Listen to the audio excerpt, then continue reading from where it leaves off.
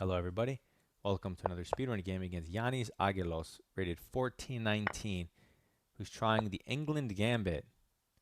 I don't know if this is theory, I'm out of theory, right? Which you guys are going to be out of theory in many different situations. So I'm just going to develop and center. Okay, he's trying to win the pawn back. I'm going to develop, center, and ignore him because he's trying to trick me and trying to get me to blunder. So he wins his pawn back, no big deal. Now we can just play regular chess. Let's create our pawn presence.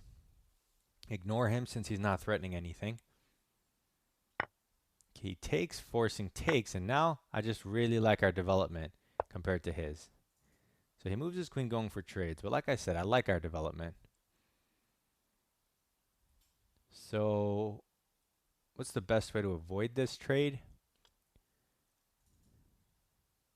Queen back or queen d3?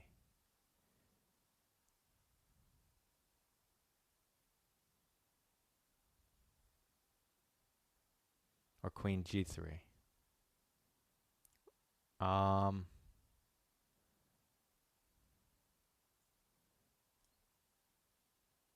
going to go queen g3 and aim at this pawn. So I get the turn back. Okay. He threatens my knight with a double attack. Fine. But now I have a... Well, first of all, it's defended twice. We should say that. If I take the pawn, still will be defended twice, which is funny. But although this might be the best engine move, taking the pawn, I kind of just want to develop and castle long and enjoy my position. So I'm going to do that.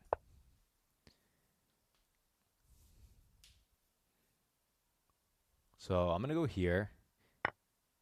He takes, which I think is a very, very bad decision, bringing our bishop to this defended square on the long diagonal, coordinating with our queen. So this is just a blunder maybe. He goes here, which threatens nothing and hangs everything. But I'm going to take with the queen to try to force the queen trade, and then his rook is still stuck. I guess it's not forced, but I don't know how good of an idea it is to leave my queen here. Like, even if he goes somewhere, his rook is still trapped, so I don't have to take it immediately. I can make a defensive move, prepare long castle, and just my position's overwhelmingly strong. So he lost the game in less than 10 moves as a 1400 playing his gambit, right? And we don't know theory, so we're just walking into his pet, whatever it is, and we come out okay with development and center and his blunders. So after bishop e6, he's just developing. We can try to get our bishop to a reasonable square before we do anything. Let's start with that. Put it back to its defended square, looking pretty. And he castles long. Now I want to castle long. Maybe he'll take this pawn, and then maybe we Bobby Fischer trap it with b3. Let's find out. I'll hover over it as I fully expect him to take, and there we go. Now he'll have to sacrifice his bishop for the 2 pawns. But first he starts with an attack here, and then he resigns. Yanis. Gotta pay more attention. Stop playing Englund Gambit, Yanis. So let's go over the game. Englund Gambit. There's probably an exact refutation. Do this move, this move, this move, and you have a plus 2.0 advantage. I mean, I'm sure it exists because I know the Englund Gambit is not good. But we don't know it. I never memorized it, and I don't necessarily care to. So anyway, we just face it move by move. He has a strong pawn.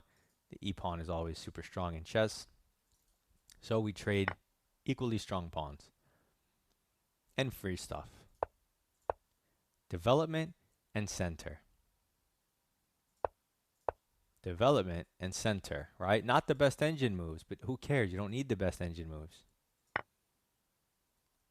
No mistakes, no blunders, 97% with just regular moves, right? So it doesn't actually matter unless you're grandmasters. So e4, center, development, and pawn presence. He takes, force trade, development. It says we're plus 1.5 already. Even though your bishops haven't moved, as long as you move the pawns, they're open, touching all the squares. His bishops aren't touching any squares. So even though it looks like our bishops are the same because they haven't moved, they're worlds apart. So anyway, he goes here. And yeah, if you're going to move the queen, queen g3 is the most accurate square, and then queen e3. So that's kind of what I was thinking. I settled on queen g3, which is nice. He goes here. And okay, although queen takes c7 is plus 1.9, bishop d2 is the best move at 2.3. So I thought maybe the engine might like the pawn because move by move, the engine plays perfectly. So it likes stuff like that. But as a human, I much prefer the development, preparing a long castle, breaking the pin, x-raying the bishop. It just adds so much strength to the position that you can't really argue against it. So we did development and everything I just said. And now you see how that's a blunder by him. Well, it's specifically a blunder because it hangs material, but even if it didn't, you definitely don't want to put our bishop on this diagonal. Even if the queen wasn't coordinating, right? Like a fianchetto bishop in an open center is super strong. This is the same as a fianchetto bishop, only maybe better because it has an anchor pawn, so it's defended. And you didn't ruin your pawn structure. So free stuff for free. Free stuff for free. Free stuff for free. Free stuff. Prophylaxis, just getting a bishop safe. King safety, development, and setting a trap. He goes, boom, free stuff, and resigns. Nice and easy game. Don't stress when you face some weird gambit. Just develop your pieces. You don't need to win the pawn, keep the pawn. Just develop your pieces and you'll be fine. Good luck in your chess and goodbye.